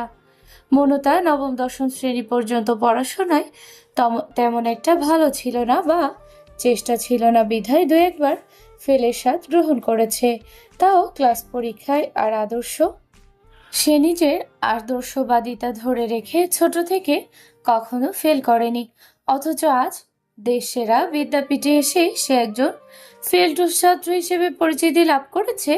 অবশ্য রেজাল্টের এমন বেহাল অবস্থা তাদের জন্য কাম্যই ছিল। নিজেদের প্রণয়ের অনুভূতিতে এতটাই মজে ছিল যে পড়াশোনার ব্যাপারে একদমই ভুলে বসেছিল দুজনই। তারই তো ফল পাচ্ছে এটা। বিয়ে, সংসার, ভালোবাসা নিয়ে এতটাই মত্ত ছিল তারা যে নিজেদের ক্যারিয়ার নিয়ে কোনো চিন্তা ভাবনা মাথাতেই আসেনি। সময় গড়ালো কিছুটা। সকালের সূর্যটা বেশ উজ্জ্বল রূপ ধারণ করে নিজের প্রখরতা বাড়িয়েছে, জানান দিচ্ছে দুপুর হয়েছে। আদর্শদের ক্লাস শেষ হয়েছে একটু আগেই। একে একে সবাই ক্লাস থেকে বেরিয়ে গেলেও আদর্শ আর মৌনতা বসেছিল ক্লাসেই। সকালে কলেজে এসে নিজের রেজাল্ট দেখে কেমন থম মেরে গেছে ছেলেটা। মৌনতারও যে খারাপ লাগেনি তেমন নয়, এতদিন পর হুট করে ফেলের স্বাদ নিতে তারও খারাপ লেগেছে। কিন্তু তাই বলে তো ভেঙে পড়লে চলবে না। এটা মাত্র একটা ক্লাস টেস্ট ছিল। এটা থেকে শিক্ষা নিয়ে বার্ষিক অর্থাৎ ফাইনালে ভালো ফল করতে হবে। ভাগ্যিস ফাইনাল পরীক্ষার আগে এই ক্লাস টেস্টের মাধ্যমে তাদের চোখ হলো। ফাইনালে এভাবে ফেল করলে কি অবস্থা হতো। মনতায় গিয়ে গেল আদর্শের পানে, বসলো ছেলেটার পাশে। তবুও আদর্শ একটা বারের জন্য চোখ তুলে তাকালো না মনতার পানে। তপ্ত নিঃশ্বাস ফেল মেয়েটা, সান্ত্বনার সুরে বলল, ভেঙে পড়বেন না, যা হবার হয়ে গেছে। তাছাড়া এটা মাত্র ক্লাস টেস্ট ছিল, আমাদের ভালোভাবে পড়তে হবে, ফাইনালে অবশ্যই ভালো রেজাল্ট করতে হবে। আদর্শ চুপ রইল কিঞ্চিত সময় নিয়ে, অতঃপর হুট করেই বলল, আমাকে ডিভোর্স দিয়ে দাও। মনতা খানিক সময়ের জন্য থমকে গেল, যেন কলিজাটা মুচড়ে উঠল তীব্র বেগে। আদর্শ এ কি বলল? পরীক্ষায় ফেল হোক বা অন্য কোনো গুরুতর কারণ হোক, আদর্শ যে এমন একটা কথা বলবে কখনো কল্পনাতেও আনেনি মনতা। ডিভোর্স শব্দটা হয়তো খুব ছোট, কিন্তু এই ছোট শব্দটা কতটা ভার বহন করে তা শুধুমাত্র এর ভুক্তভোগীরাই জানে। এই পরীক্ষায় ফেল করে যতটা কষ্ট মনতা পেয়েছে তার থেকে অধিকতর কষ্ট পেয়েছে আদর্শর মুখে ডিভোর্স শব্দটা শুনে। চোখ দুটো ছলছল করে উঠল মনতার। তবু সে নিজের কোনো ক্রোধ বা অভিমান এই মুহূর্তে প্রকাশ করল না মেয়েটা। সে ঠিক জানে আদর্শ কতটা ভালোবাসে তাকে। আর এই যে ডিভোর্সের কথা বলছে, নিশ্চয়ই নিজ মনে উল্টাপাল্টা চিন্তা ভাবনা করে এমন কথা মুখে এনেছে। নয়তো আদর্শ নামক মানব কখনো মনতাকে ছেড়ে যেতে পারে না। সেটুকু বিশ্বাস মনতার রয়েছে আদর্শের উপরে। নিজের ব্যথা হৃদয়ে চেপে রেখে হাসলো মনতা, কিছুটা ভাঙা কণ্ঠে বলল, আমি জানি আপনার মন মানসিকতা ঠিক নেই, তাই বলে এমন কিছু বলবেন না যার জন্য আমাদের দুজনকে ভবিষ্যতে পস্তাতে হয়। আদর্শ চোখ তুলে তাকালো মনতার পানে, করুণ কণ্ঠে বলল, সবটা আমার জন্য হয়েছে, আমি দোষী। আমার জন্য তুমি পরীক্ষা ফেল করেছো। নেশে তো নষ্ট হয়েছে, তোমাকেও নষ্ট করছে। তুমি তো আমার প্রতি ভালোবাসা প্রকাশ করোনি, প্রথমে উল্টো আমাকে বারংবার ফিরিয়ে দিয়েছ। আমি মানিনি, শত বাধার পরেও তোমার পিছু পিছু ঘুরঘুর করেছে। তোমাকে আমার পানে টেনেছে, বিয়ে করেছে আমার জন্যই। শুধুমাত্র আমার জন্য তোমার পড়াশোনার ক্ষতি হয়েছে। মনতা ঠিকই ধরেছিল, এ ছেলে নিজ মনে উল্টাপাল্টা চিন্তা করেই অমন ভয়ানক একটা শব্দ মুখে এনেছে। মনতা হাত রাখলো আদর্শের কাঁধে, নরম কণ্ঠে বলল, ফেল তো আমি একা করিনি, আপনিও তো করেছেন। আমিও তো এখন বলতে পারি আমার জন্য আপনি ফেল করেছেন। আর আপনার এমন বাজে ফলাফলের জন্য আমিই দোষী, কারণ আমার প্রণয়ে আসক্ত হয়ে তো আপনি পড়াশোনার প্রতি অবহেলা করেছেন। তোমার দোষ নেই কোনো, তুমি তো তোমার দিকে আমাকে টানো নেই, বরং আমি তোমাকে টেনেছি আমার দিকে। মনতা আদর্শকে বোঝানোর প্রয়াস অব্যাহত রাখলো, কমলতার সাথে বলল, আপনার ধারণা সম্পূর্ণ ভুল আদর্শ। আমার এমন বাজে ফলাফলের পেছনে আপনার কোনো হাত নেই। হ্যাঁ, আমি মানছি আপনি আমাকে প্রথম প্রেম নিবেদন করেছেন। আমি আপনাকে গ্রহণ না করলে আপনি আমার পিছু পিছু ঘুরঘুর করেছেন, আমাকে মানিয়েছেন, ঠিক আছে। তাই বলে আপনি আমাকে পড়াশোনা করতে বারণ করেননি। এমনও নয় যে আমাদের ভরপুর একটা সংসার হয়েছে, আমি সারাদিন সংসারের কাজে ব্যস্ত ছিলাম, কিংবা আপনার সাথে দিনরাত 24 ঘন্টা কথা বলেছি। আমি পরীক্ষার রেজাল্ট খারাপ করেছি শুধুমাত্র আমার নিজের দোষে, আমার গাফিলতির জন্য। তবুও মনতা হাত উঠিয়ে থামিয়ে দিল আদর্শকে। মেজাজ গরম হচ্ছে তার। প্রথমেই কত বড় এক ভয়ঙ্কর শব্দ বলে দিল আদর্শ, আর তারপর এত বোঝাচ্ছে ছেলেটা বুঝতেই চাইছে না পেছেটা কি। ফেল তো সে একা করেনি, মনতাও করেছে। কই, মনতা তো এমন করছে না, বা এমন কোনো চিন্তা ভাবনা মাথাতেও আনছে না। তাছাড়া মাত্র একটা ক্লাস টেস্টেই তো ফেল করেছে, তাতে কি এমন মহাভারত অশুদ্ধ হয়ে গেছে? একটা ফেল কি কারো ভবিষ্যৎ নির্ধারণ করতে পারে, নাকি কারো জীবন নির্ধারণ করতে পারে? মনতা জোরে জোরে কয়েকটা নিঃশ্বাস নিল, অতঃপর কিছুটা ক্রোধিত কণ্ঠেই বলল, আমাকে ছেড়ে ভালো থাকবেন আপনি? আমাকে ডিভোর্স দিয়ে শান্তি হবে আপনার? আদর্শ চমকালো, থমকে গেল কিছুক্ষণের জন্য। এতক্ষণ নিজ মুখে বলাই ছেড়ে যাওয়ার কথাটা অতটাও কলিজাতে লাগেনি তার, কিন্তু এখন মনতার কণ্ঠে শুনে ঠিক বুকে ব্যথা শুরু হয়ে গেছে। মনতাকে ছেড়ে যাবে যে? এই মেয়েটাকে ছাড়া সে বাঁচবে কিভাবে? দম বন্ধ হয়ে যাবে যে তার। হুট করেই মনতাকে দুই হাতে জড়িয়ে ধরলো আদর্শ, কাতর কণ্ঠে বলল, তোমাকে ছেড়ে মরে যাবো আমি। তাহলে ছেড়ে যেতে চাইছেন কেন? যাবো না। মনতা হাসলো একটুখানি, আদর্শের পিঠে হাত রেখে বলল, যা পারবেন না তা বলে কেন কষ্ট দেন? আপনি জানেন আপনার মুখ থেকে ডিভোর্স শব্দটা শুনে আমার কতটা কষ্ট হয়েছিল। আদর্শ আর একটু গাঢ়ভাবে জড়িয়ে ধরলো মনতাকে, অপরাধীর কাছে বলল, দুঃখিত। পৃথিবীর সবকিছু কি দুঃখিত বলে ভুলে যাওয়া যায়? আদর্শ ছেড়ে বসলো মনতাকে, মেয়েটার মুখপানে তাকিয়ে বলল, তুমি কি এখন এর জন্য আমাকে শাস্তি দিতে চাও? জানোই তো আমার মাথা ঠিক ছিল না, আবেগে বলে ফেলেছে। আর কখনো বলবো না, প্রমিস। মনতা মলিন হাসলো, তবে বলল না কিছুই। সে তো জানে আদর্শ কিছুই ভেবে বলেনি, আবেগে দুঃখে বলে ফেলেছে। তবুও চাইলে কি সবকিছু ভুলে যাওয়া যায় খুব সহজে? তাও এত বড় একটা কথা হয়তো কিছুদিন ওই শব্দটা মনে থাকবে, হৃদয়ে ব্যথা দিবে বাজে ভাবে, তারপর ঠিক ভুলে যাবে। ব্যস্তময় শহরের অলিগলি জুড়ে ব্যস্ততা বিরাজমান, চারিদিকে মানুষের ঢল, রাস্তাঘাটগুলোতে গিজগিজ করছে অসংখ্য যানবাহন এবং কোলাহল। আর রাস্তার পাশে দাঁড়িয়ে রয়েছে বিশাল বিশাল ইট পাথর এবং কংক্রিটে গড়া ইমারতগুলো। তবুও যেন এই শহরে শান্তি নেই কোথাও, চারিদিকে শুধু দুঃখ, কষ্ট আর প্রলাপের স্বর। এই ব্যস্তময় রাস্তায় অগণিত সব যানবাহনের নিচে পিষ্ট হয়ে ঝরে যাচ্ছে অসংখ্য প্রাণ। ধর্ষণ, খুন, বিল্ডিং ধস, অগ্নিকাণ্ড এই শহরের পরিচিত শব্দ। রোজ রোজই শহরের অলিতে গলিতে শোনা যায় হাহাকার, কান্নার বিদঘুটে শব্দ। এই অজস্র হাহাকারের মধ্যে আজ নতুন করে যুক্ত হলো নতুন এক আহাজারি। এই অপরিকল্পিত নগরে হঠাৎ আবারও বিল্ডিং ধস। কর্মক্ষেত্রের বাধিত সময়, অর্থাৎ বিল্ডিং এর প্রতিটি ফ্লোরে যখন ভরপুর লোক সংখ্যা, ঠিক তখনই হঠাৎ করে 12 তলা বিল্ডিংটা ভেঙে গড়িয়ে পড়লো মাটিতে। চারদিক থেকে চিৎকার, চেঁচামেচি, আহাজারির শব্দ ভেসে উঠেছে মুহূর্তেই। আল্লাহ আল্লাহ ধ্বনিতে কেঁপে উঠছে শহরের আকাশ বাতাস। এই তো একটু আগেই সব ঠিক ছিল। 12 তলা বিল্ডিংটায় অবস্থিত গার্মেন্টস, অফিস এবং রেস্টুরেন্টের জুড়ে হাসাহাসির কলধ্বনি শোনা যাচ্ছিল, আর এখন ক্রন্দন ধ্বনিতে ভরে উঠেছে চারপাশ। দিকে দিকে মানুষ ছোটাছুটি করছে, চারদিক থেকে হাজার হাজার মানুষ ভিড় জমিয়েছে। কেউ কেউ ঘটনাস্থানের ছবি তুলছে, কেউ কেউ ভিডিও করছে। ওই বিল্ডিং এ কর্মরত বা কোনো কাজে আসা জনগোষ্ঠীর আত্মীয় স্বজন ভিড় করেছে ইতোমধ্যে। তাদের আহাজারিতেই কেঁপে উঠছে শহরের আকাশ বাতাস। উদ্ধারকর্মীরাও দলে দলে ঘটনাস্থলে চলে এসেছে। নিজেদের নির্ধারিত পোশাকে আবৃত রেখেই তারা নেমে পড়েছে উদ্ধার কার্যে। ভাঙা ধ্বংসস্তূপে পরিণত বিল্ডিং এর ভিতর থেকে ব্যথাতুর হাহাকারে ধ্বনি শোনা যাচ্ছে অনবরত।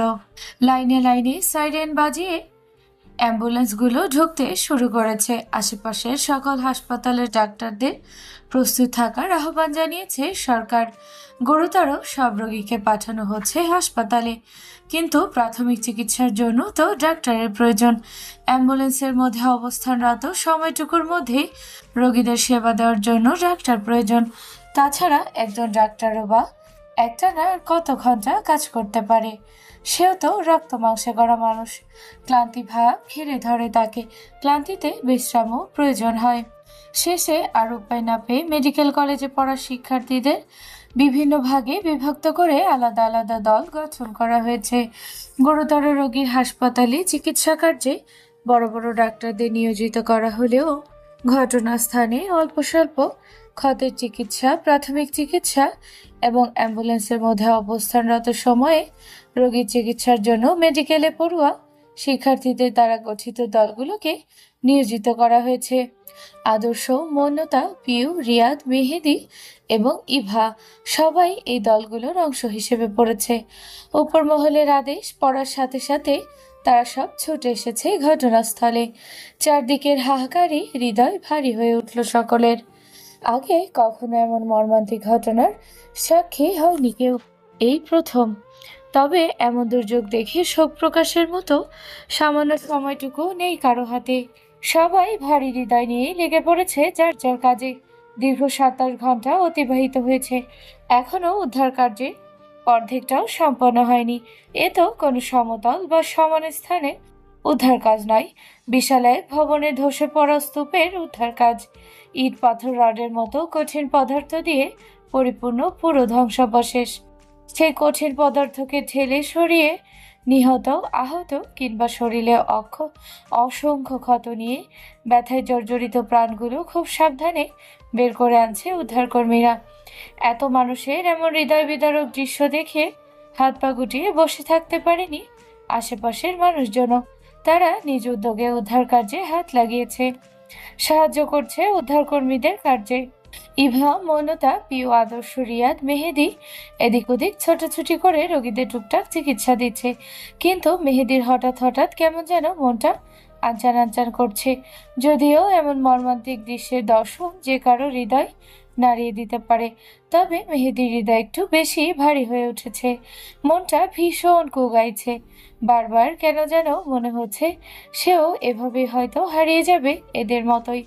কোনো একদিন এই যান্ত্রিক ইমারতপূর্ণ শহরের কোনো এক ভবনের নিচে তার ছোট শরীরটা পিষে যাবে নির্মমভাবে।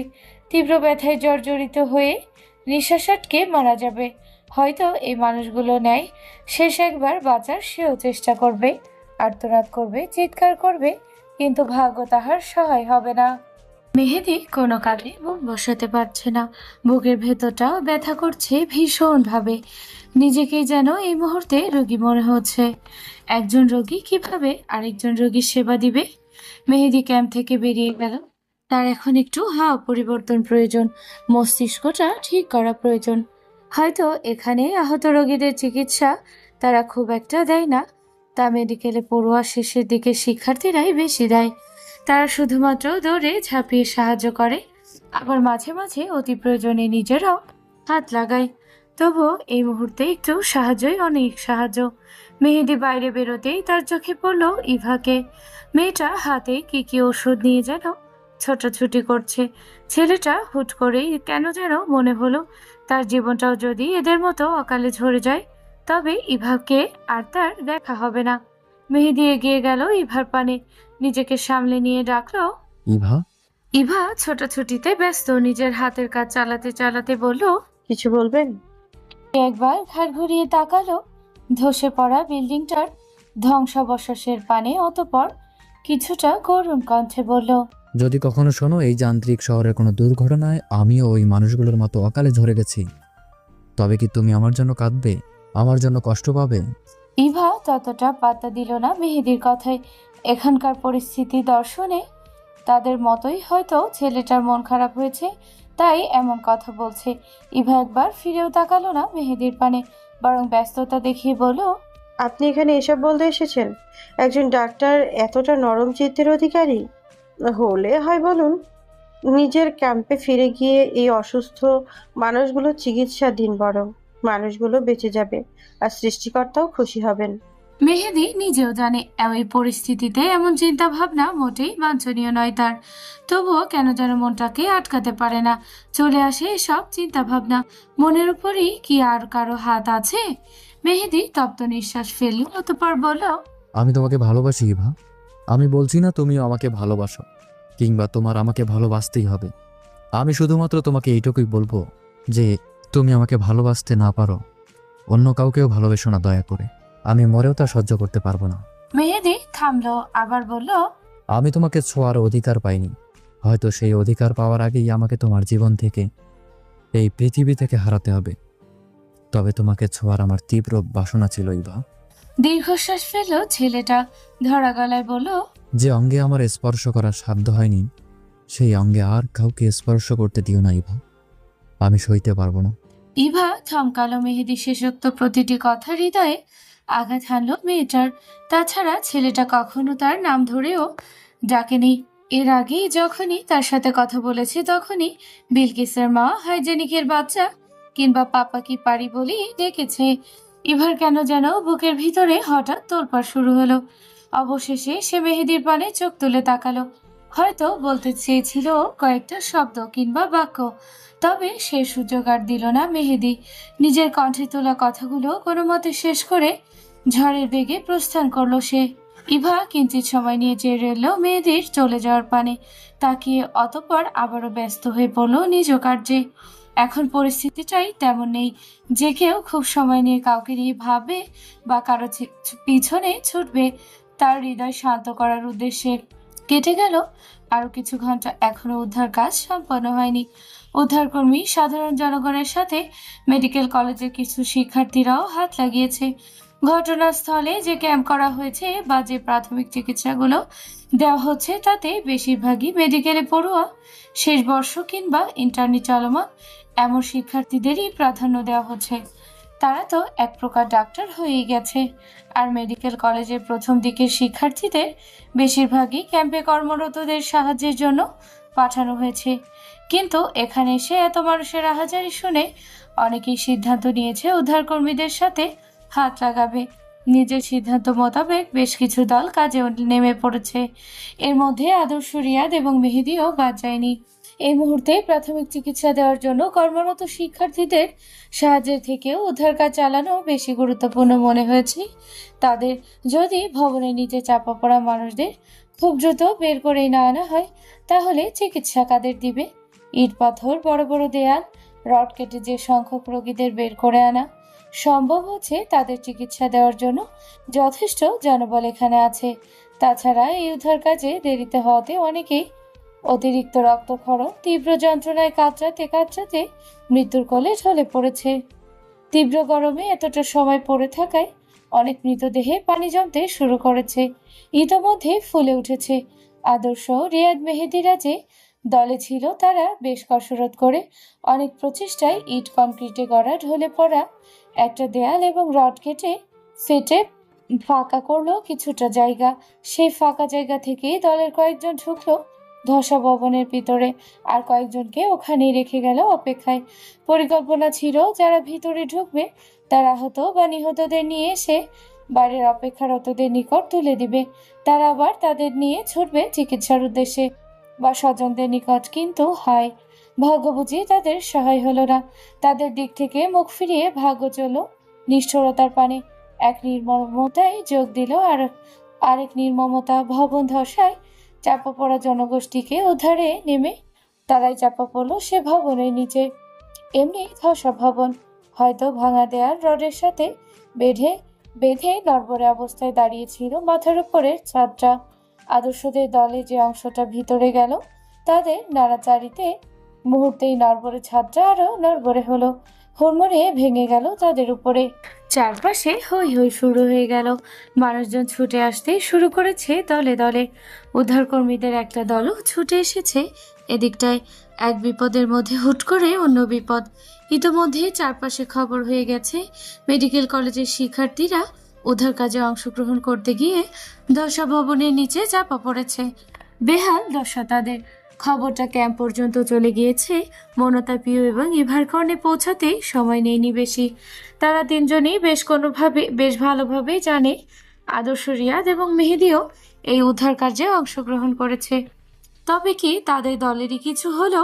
হাতের সব কাজ ফেলে ক্যাম্প থেকে দৌড়ে বেরিয়ে এলো তারা তিনজন। এক প্রকার ছুটে চলে গেল ঘটনাস্থলে। উদ্ধারকর্মীরা বেশ পরিশ্রমের সাথে ভিতরে সদ্য চাপা পড়া শিক্ষার্থীদের বের করে আনার আপ্রাণ চেষ্টা চালাচ্ছে। উদ্ধারকর্মীদের সাথে দেখা যাচ্ছে আদর্শ এবং রিয়াদ কাজ করছে ব্যস্ত ভঙ্গিতে।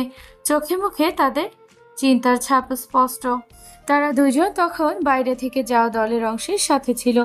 আদর্শ এবং রিয়াদকে সশরীরে সুস্থ দেখে স্বস্তি নিঃশ্বাস ফিরল মৌনতা এবং পিউ। শুধুমাত্র এই মারাত্মক সময়ে এই স্বস্তিটা পেল না ইভা। মেহেদি কোথায়? তার চোখ দুটো যে শুধুমাত্র ওই পুরুষকেই খুঁজে যাচ্ছে। আদর্শ এবং রিয়াদকে দেখা গেল, মেহেদি নেই কেন? তবে কি মেহেদির কিছু হয়েছে? কলিজাটা কেঁপে উঠল মেয়েটার। মেহেদির গতকালকের কথাগুলো মনে পড়লো এক এক করে। ভয় জাগলো ইভার হৃদয়ে।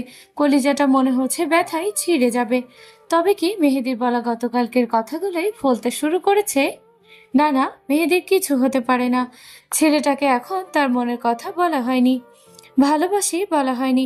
এর মধ্যে ছেলেটা হারিয়ে যেতে পারে না। ইভার নিঃশ্বাস বন্ধ হয়ে আসছে। দুরু দুরু কাঁপছে বক্ষস্থল। তার বুকে আরেকটু কাঁপন ধরিয়ে দিয়ে ধ্বংসস্তূপ থেকে বের করে আনা হলো চার চারটা নিথর দেহ। প্রত্যেকটা দেহের অবস্থাই নাজুক। বেঁচে আছে বলে মনে হচ্ছে না, আর বেঁচে থাকলেও অবস্থা আশঙ্কাজনক। জ্ঞান নেই কারোরই। ওই চারজনের মধ্যে হঠাৎ একটা দেহের পানে তাকিয়ে থমকে গেল ইভা, মৌনতা এবং পিউ। এ তো মেহেদি। কেমন নিথর হয়ে পড়ে রয়েছে ছেলেটা। তাকে টেনে বের করা হয়েছে ধ্বংসস্তূপ থেকে। মাথার এক পাশ একদম থেতলে গেছে। পুরো শরীর জুড়ে রক্ত, বালি, সিমেন্টে মাখামাখি। মেহেদির দেহখানা হাতে পেয়েই তাকে নিয়ে আদর্শ এবং রিয়ান ছুটল অ্যাম্বুলেন্সের পানে। চোখ দুটোতে তাদের অশ্রুকণায় জর্জরিত। কিন্তু এখন কান্নায় ভেঙে পড়ে কিংবা শোক পালন করে বসে থাকলে হবে না। মেহেদিকে নিয়ে তারা ছুটে চলল হাসপাতালের পানে। ইভা কিছুক্ষণ থম মেরে দাঁড়িয়ে রইল ওখানেই। চোখের সম্মুখের ঘটনা বিশ্বাস করতে ভীষণ কষ্ট হচ্ছে তার। মেয়েটা ভীষণভাবে চাইছে এটা যেন কোনো দুঃস্বপ্ন হয়, যা ঘুমটা ভেঙে গেলেই কেটে যাবে। কিন্তু সবকিছু কি আর চাইলেই পাওয়া যায়? যায় না তো। ওই উপরে বসে থাকা সকল কিছুর কর্তা, যার ভাগ্যের জন্য যা নির্ধারণ করে রেখেছে, তার বাইরে যাওয়ার সাধ্য আর কারণেই। তার লেখা ভাগ্যটা বুঝি ইভা এবং মেহেদির সঙ্গ এই পর্যন্তই লিখে রেখেছিল। তাই আর সম্মুখ পানে আগানোর ক্ষমতা এই দুর্বল মানব জাতির হয়নি। ইভার কণ্ঠ কেমন রোধ হয়ে আসছে। হাজার চেয়েও কণ্ঠনালী থেকে কোনো শব্দ বের করতে পারছে না মেয়েটা। বেশ কিছুক্ষণ নিজের সাথে যুদ্ধ চালিয়ে হঠাৎ মেয়েটা চিৎকার করে উঠল। ইভা গলা বাড়িয়ে ডাকলো, মেহেদি। ইভার চিৎকারে হুঁশ ফিরল মৌনতা এবং পিউয়ের। মেহেদির অবস্থা দেখে তারাও থমকে গিয়েছিল কিছু সময়ের জন্য। মেহেদি তাদের বন্ধু। এই কয়দিনে ছেলেটার সাথে ভালো একটা সম্পর্ক গড়ে উঠেছিল তাদের সাথে। চোখের সম্মুখে সেই বন্ধুর এমন নির্মম পরিণতি দেখে তাদের বুকটাও কষ্টে ভরে উঠেছিল। কিন্তু ইভা, আর কেউ জানুক বা না জানুক, মৌনতা এবং পিউ জানে ইভা মেহেদিকে কতটা চায়। না, ইভা কখনো তাদের বলেনি এ কথা। মেয়েটার চোখের ভাষাতেই তারা বুঝে নিয়েছিল সবটা। ইভা ধপ করে বসে পড়ল ধুলোময় মাটিতে, চিৎকার করে বলল, ওনাকে কোথায় নিয়ে যাওয়া হচ্ছে? কেন নিয়ে যাচ্ছে? রক্ত কেন? এত রক্ত কেন? ইভার হাজারিতে তার পানে ছুটে এলো মৌনতা এবং পিউ। দুই পাশ থেকে জড়িয়ে ধরলো মেয়েটাকে। ইভা ডুকরে কাঁদছে। যে মেয়েটা সর্বদা স্বাস্থ্যকর এবং অস্বাস্থ্যকর জ্ঞান দিতে ব্যস্ত থাকতো, সেই আজ স্বাস্থ্যকরের সংজ্ঞা ভুলে বসেছে। কোথায় তার হ্যান্ড স্যানিটাইজার? কোথায় টিস্যু? সে তো দিব্যি হাজার মানুষের হেঁটে যাওয়া ধুলোবালিময় স্থানে বসে গলা ফাটিয়ে চিৎকার করে কাঁদছে। ইভা আবারও চিৎকার করে উঠল, হাহাকার করে বলল, না, আমার মেহেদি আমাকে ছেড়ে এভাবে চলে যেতে পারে না। উনিকে এখন ওর অনেক কিছু বলার আছে। অনেকে বলার আছে। শুধুমাত্র উনি নয়, আমি ওনাকে ভালোবাসি, ভীষণ ভালোবাসি। কথাগুলো বলে কান্নায় ভেঙে পড়ল ইভা। কান্না বিজড়িত কণ্ঠে আবার বলল, উনি আমাকে এভাবে অপরাধী করে ফেলে যেতে পারেন না মৌনতা। আমি ওনাকে ভালোবাসি। আমার কথাটা একবারের জন্য হলে ওনাকে বলার সুযোগ দিতে বল না ওনাকে। প্লিজ আমাকে ছেড়ে যেতে বারণ কর মেহেদিকে। ওনাকে ছাড়া আমি একা হয়ে যাব, বড্ড একা। মৌনতা এবং পিউ সান্ত্বনা দেওয়ার চেষ্টা করলো ইভাকে। কিন্তু এই মুহূর্তে কোনো সান্ত্বনাই কি আর নিজের ভিতরে ধারণ করা যায়? ইভা প্রলাপের স্বরে বারবার বলে যাচ্ছে, উনি আমাকে ছেড়ে যেতে পারে না, কিছুতেই না। উনি চলে গেলে আমাকে কে চালাবে? সারাদিন আমাকে ভালোবাসার কথা কে বলবে? কে আমায় রাত দিন ফল দেবে? কথাগুলো বলে হঠাৎ থামলো ইভা। নিজে ঠিক মৌনতা এবং পিউকে ছাড়িয়ে উঠে দাঁড়ালো সে। দুই হাতের উল্টো পিঠে মুছে নিল দুই চোখ। দৃঢ় কণ্ঠে বলল, অনেক কিছু হয়, আমি একটু বেশি বেশি ভাবছি। উনি আমাকে ভালোবাসেন খুব, আমাকে ছেড়ে কোথাও যেতে পারেন না। ইভা উন্মাদের ন্যায় ছুট লাগালো সম্মুখের দিকে, যেদিকে মেহেদিকে নিয়ে অ্যাম্বুলেন্সটা ছুটলো ঠিক সেদিকে। মনো তার প্রিয় দেরি করলো না বেশি, তারা ছুটলো ইভার পিছু পিছু। চোখ দুটো অশ্রুতে পরিপূর্ণ তাদের। বন্ধুর এমন নির্মম পরিণতি এবং বান্ধবীর আহাজারিতে হৃদয় ভারী হয়ে উঠেছে তাদের। এখানে চিকিৎসা দিতে এসে যে এমন একটা পরিস্থিতির শিকার হবে কেউ কল্পনাও করতে পারেনি কখনো। এখানকার দুঃখী মানুষগুলোর দুঃখ ঘুচাতে এসে তাদের দুঃখে নাম লেখালো এরাও। একটু বাদেই হাসপাতালে পৌঁছালো মনতা, ইভা এবং পিউ। হাসপাতালের চারদিকে এই মুহূর্তে ছড়িয়ে রয়েছে জনমানবের ভিড়। একদিক থেকে ভবন ধসে পড়া রোগীদের ঢুকানো হচ্ছে, অন্যদিক থেকে মৃতদেহ বের করা হচ্ছে। আত্মীয় স্বজনদের হাহাকারে হাসপাতালের পরিবেশ ভয়ঙ্কর রূপ ধারণ করেছে। মনতা ইতোমধ্যে কল করে আদর্শদের অবস্থান জেনে নিয়েছে। ইভাকে নিয়ে সেখানেই ছুটল তারা। আদর্শদের নিকটে আসতেই দেখা গেল সাদা কাপড়ে মোড়ানো একটা নিথর দেহের। ডাক্তার একটু আগেই ঢেকে দিয়ে গেছে মেহেদির মুখটা, সাথে অত্যন্ত কষ্টদায়ক বাক্যে বলে গেছেন, দুঃখিত, ঘটনাস্থলেই শেষ নিঃশ্বাস ত্যাগ করেছে। সবটা দেখে এবং বুঝে এবার আর নিজেদের আটকাতে পারলো না মৌনতা, পিউ। ঢুকরে কেঁদে উঠল তারা। মেহেদির বাড়ির লোকদের খবর দেওয়া হচ্ছে তারা আসছেন, কিন্তু ইভা সে কাঁদছে না একটু। কেমন মূর্তি ন্যায় দাঁড়িয়ে রয়েছে সাদা কাপড় দিয়ে ঢাকা, মেহেদির পানে তাকিয়ে। শরীর যেন অসাড় হয়ে আসছে মেয়েটার। হৃদস্পন্দনের গতি তীব্র থেকে তীব্রতর হচ্ছে। চোখের সম্মুখটা ঝাপসা হয়ে আসছে ধীরে ধীরে। 1 মিনিট 2 মিনিট পর মুহূর্তে মেয়েটা ঢলে পড়ল মেঝেতে। জ্ঞান হারিয়েছে বোধহয়। এবার এই অবস্থা দেখে আতঙ্কিত হলো উপস্থিত সবাই। এক বন্ধুকে তারা হারিয়েছে, এখন অন্য বান্ধবীকেও হারাতে পারবে না। ইভাকে দ্রুত ধরাধরি করে ভর্তি করা হলো ওই হাসপাতালেই। সময় প্রবাহমান, সে বয়ে চলে বাধাহীন নদীর স্রোতের ন্যায়। কারো এমন সামর্থ্য নেই তাকে আটকে রাখার। এর মধ্যে কেটে গেছে অনেকটা সময়। সময়ের সাথে সাথে পরিবর্তন ঘটেছে চারদিকের পরিবেশ এবং জনজীবনের। শহরের বুকটা ছেয়ে গেছে আরও আধুনিকতায়। আদর্শ মনতারা আজ সকলে প্রতিষ্ঠিত। দেশের বড় বড় ডাক্তারদের তালিকায় নিজেদের নাম লিখিয়েছে তারা। সময়ের পরিক্রমায় শহরের মানুষগুলো আজ প্রায় ভুলে গেছে সেদিনে সেই নির্মম ধস। তবে সেই ভবন ধসে প্রাণ হারানো মানুষগুলোর আপনেরা কি ভুলতে পেরেছে তাদের? অতই কি সহজ আপনদের ভোলা? মোটেই সহজ নয়, তবে ভুলতে হয়। ভোলার ভান ধরে হৃদয়ের দহনকে হৃদয় কুঠুরিতে আবদ্ধ রাখতে হয়, অতঃপর এগিয়ে চলতে হয় সম্মুখের পানে। হয়তো তার আপনজনেরাও তাই করছে, এছাড়া আর উপায় আছে কি কোনো? কেঁদে শোক প্রকাশ করে নিজেদের জীবনকে থমকে দিলে কি আবার ফিরে আসবে তারা? না, আর তারা আসবে না, কখনো আসবে না। আর সময়ও তাদের জন্য থমকে থাকবে না। সময়ের খেলায় নতুন সবকিছু। দীর্ঘ অপেক্ষার পর আজ আদর্শ এবং মৌনতার বিয়ের আনুষ্ঠানিকতার দিন ধার্য করা হয়েছে। এখন যেহেতু তারা দুইজনই পড়াশোনা শেষ করে প্রতিষ্ঠিত, তখন আর শুভ কাজ ফেলে রেখে লাভ কি? একটা কমিউনিটি সেন্টারে একসাথে আয়োজন করা হয়েছে সবকিছুর। চারদিকটা সাজানো হয়েছে খুব সুন্দরভাবে। কাছের মানুষ, পরিবার পরিজন সকলকে নিমন্ত্রণ করা হয়েছে আদর্শ এবং মৌনতার বিয়েতে। তাদের বন্ধু বান্ধব সবাইকে দাওয়াত করা হয়েছে। রিয়াদ এবং পিয়ের বাগদান সম্পন্ন হয়েছে ইতোমধ্যে। হয়তো তাদের বিয়ের দিন তারিখও খুব শীঘ্রই পড়বে। সুন্দর সুশীল দম্পতির ন্যায় তারা দুজন একসাথে এসেছে আদর্শ এবং মৌনতার বিয়েতে। আর ইভা সেদিন হাসপাতালে জ্ঞান হারানোর পরে ভর্তি করা হয়েছিল ওই হাসপাতালে। জ্ঞান ফেরার পরে কেমন অন্য এক মানুষ হয়ে উঠেছিল মেয়েটা। জীবনের রূপরস গন্ধ হারিয়ে এক নিথর প্রাণ হয়ে বেঁচে থাকতে শুরু করেছিল দিনের পর দিন। যে মেয়েটা কখনো বাবা মায়ের শাসন নামক অত্যাচারের জবাব দেয়নি, সেই মেয়েটা পরিবার ছেড়েছিল অনায়াসেই। আর কোনো মতে পড়াশোনাটা শেষ করে ছেড়েছিল শহর।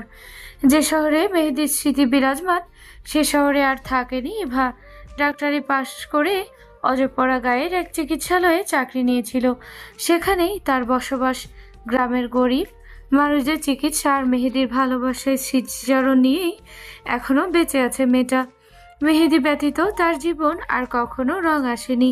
এমন নয় যে মেয়েটার জীবনে কখনো কেউ রং নিয়ে আসেনি, এসেছিল, অনেকে এসেছিল রং নিয়ে, তাদের রঙে রাঙিয়ে দিতে চেয়েছিল এবার রঙহীন জীবনকে। কিন্তু মেয়েটা কারো রঙে নিজেকে রাঙাতে চায়নি। তাকে যে কেউ একজন বলে গিয়েছিল অন্য কাউকে ভালোবাসা বারণ, অন্য কারো ছোঁয়া নিজের অঙ্গে ধারণ করা বারণ। সে কথা উপেক্ষা করার সাধ্য কি আর তার আছে? ওই মানুষটাই যে তার সব কিছু। ওই মানুষটাকে ছাড়া নিজের একাকিত্বকেই বেছে নিয়েছে ইভা। তাই বলে এমন নয় যে নিজের পরিবারকে ছেড়েছে সে। হাজার হলেও বাবা মা তো, তারা জন্ম দিয়েছেন, ছোট থেকে কোলে পিঠে করে মানুষ করেছেন।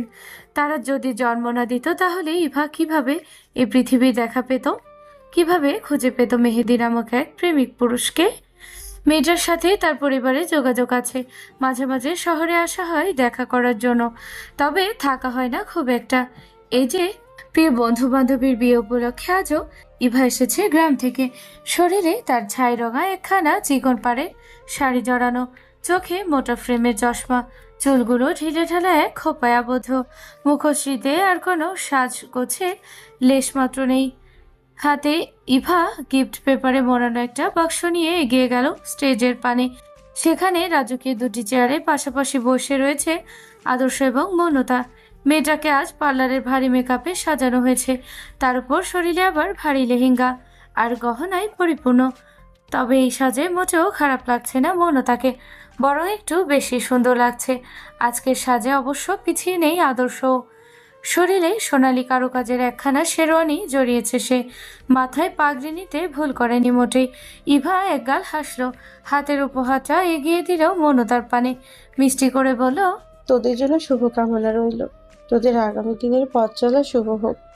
বেশ অনেকদিন পর ইভাকে দেখে খুশি হলো মৌনতা এবং আদর্শ। চটজলদি বসা থেকে উঠে দাঁড়ালো মৌনতা, দুই হাতে আগলে নিল ইভাকে, আনন্দের সহিত বলল, তুই এসেছিস? আমি তো ভেবেছিলাম তুই আসবিই না। ইভা আলতো হাসলো, মৌনতার গালে হাত দিয়ে বলল, তোরা সবাই মিলে আমাকে এখানে আনার জন্য যে উৎপাত শুরু করেছিলি, তাতে না এসে থাকা যায় নাকি? মৌনতা হাসলো। বহুদিন পর দুই বান্ধবী একত্রিত হয়, টুকটাক কথা শুরু করলো দুজন। কথা বলার এক পর্যায়ে মৌনতা বলল, তুই কি এভাবেই থাকবি? আর কাউকে কি জীবনের সাথে জড়াবি না? ইভা ওষ্ঠ প্রসারিত করে একটু হাসলো, অতঃপর বলল, জড়িয়েছি তো। মৌনতা অবাক হলো, মনে মনে কিছুটা খুশি হলো ইভা নিজের জীবনটাকে আবারও গুছিয়ে নিচ্ছে এটা ভেবে। মৌনতা কিছুটা কৌতূহলী কণ্ঠে বলল, কে সে? কেন মেহেদি? মৌনতার সব কৌতূহল নিঃশেষ হলো এক মুহূর্তেই। হতাশ হলো ইভার উত্তরে। মেয়েটা এখনো সে আগের অবস্থানে অটুট রয়েছে। মৌনতা জানে ভালোবাসা ভোলা এত সহজ নয়, কিন্তু তাই বলে মেয়েটা কি সারা জীবন একা থাকবে? ইভাকে দেখে মাঝে মাঝে কষ্ট হয় তাদের।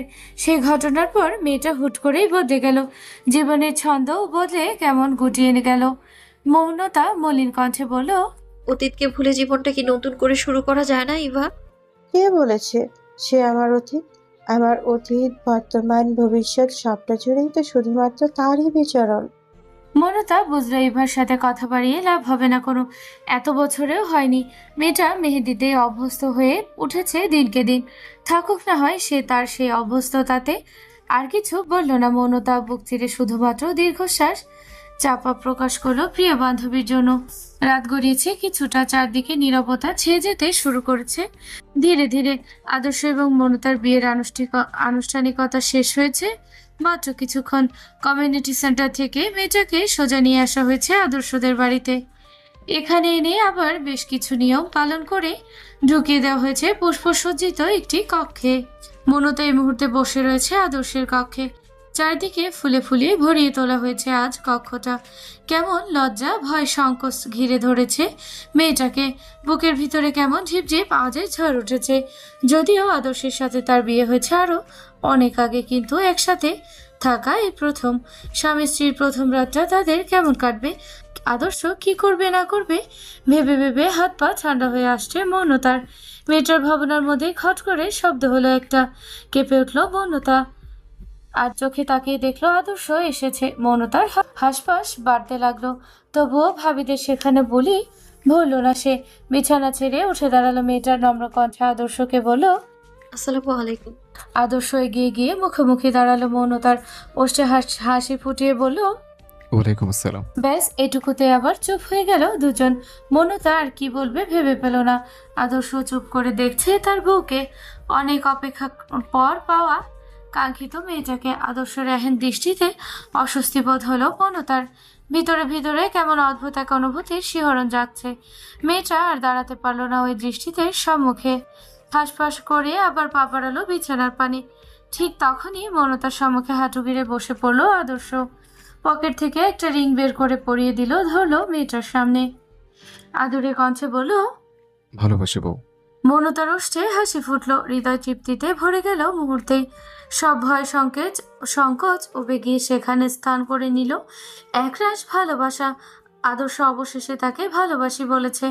অবশেষে নিজের মনের কথা জানিয়েছে। মৌনতা নিজের এক হাত বাড়িয়ে দিল আদর্শের পানে। ছেলেটার আর দেরি করলো না, হাসি মুখে আংটি পরিয়ে দিল প্রিয় স্ত্রীর অনামিকা আঙুলে।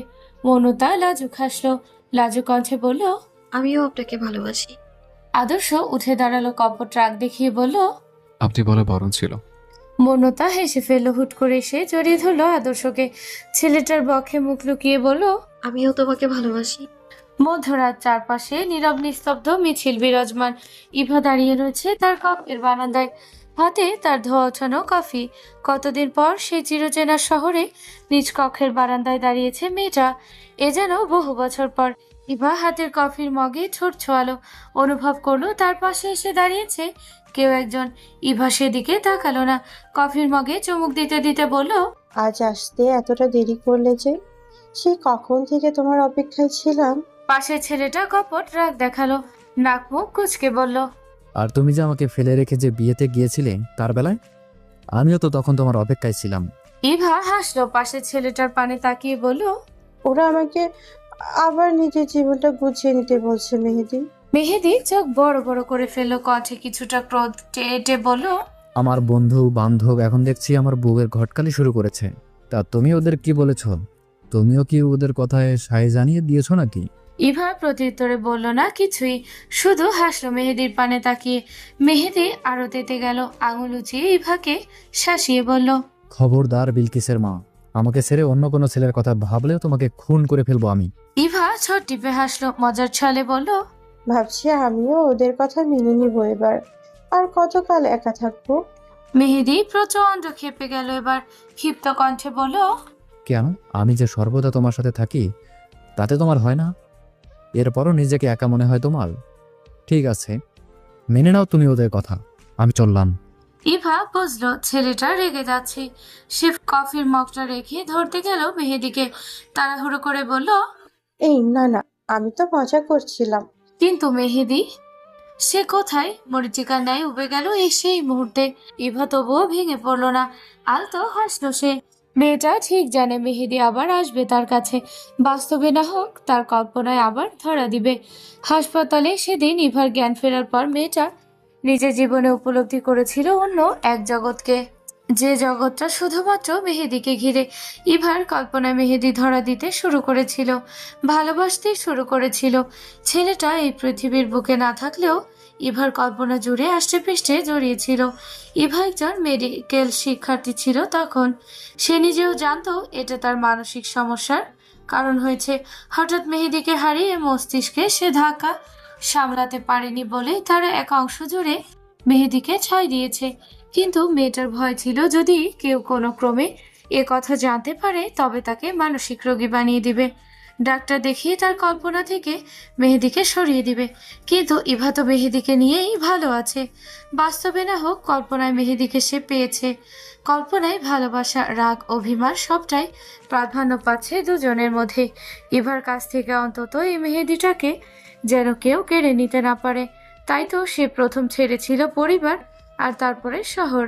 হৃদয়ে মেহেদিকে নিয়ে পাড়ি জমিয়েছিল অন্য এক পরিবেশে, অন্য এক স্থানে। ইভা পাশে রাখা কাপের মগটা আবারও হাতে তুলে নিল, দূরে ওই অন্ধকারাচ্ছন্ন আকাশের পানে তাকিয়ে বলল, এক জীবনে সব পেয়ে গেলে আমরা আফসোস করব কি নিয়ে? দিন শেষে সকল কাজে সমাপ্তি ঘটিয়ে যখন একাকিত্ব ঘিরে ধরে তখন অন্তত না পাওয়ার কারো কথা চিন্তা করে দীর্ঘশ্বাস ফেলার জন্য হলেও একটা আফসোসের প্রয়োজন। তুমি না হয় আমার সেই অতি প্রয়োজনের আফসোস হয়েই রয়ে গেলে মেহেদি। কারো কারো জীবনে ভালোবাসা পূর্ণতা পায়, আবার কারো জীবনে ভালোবাসা অপূর্ণতার খাতায় রয়ে যায়। ঠিক তেমনি এই গল্পটিতে ইভা এবং মেহেদির ভালোবাসার অপূর্ণতা দিয়ে এই গল্পটি সমাপ্ত করা হলো। সুপ্তি ডায়েরি চ্যানেলের সকল ভালোবাসার মানুষকে ধন্যবাদ। আশা রাখছি আরও এরকম নতুন ভালোবাসার গল্প শুনতে সুপ্তি ডায়েরি চ্যানেলের পাশেই থাকবেন। ধন্যবাদ সকলকে।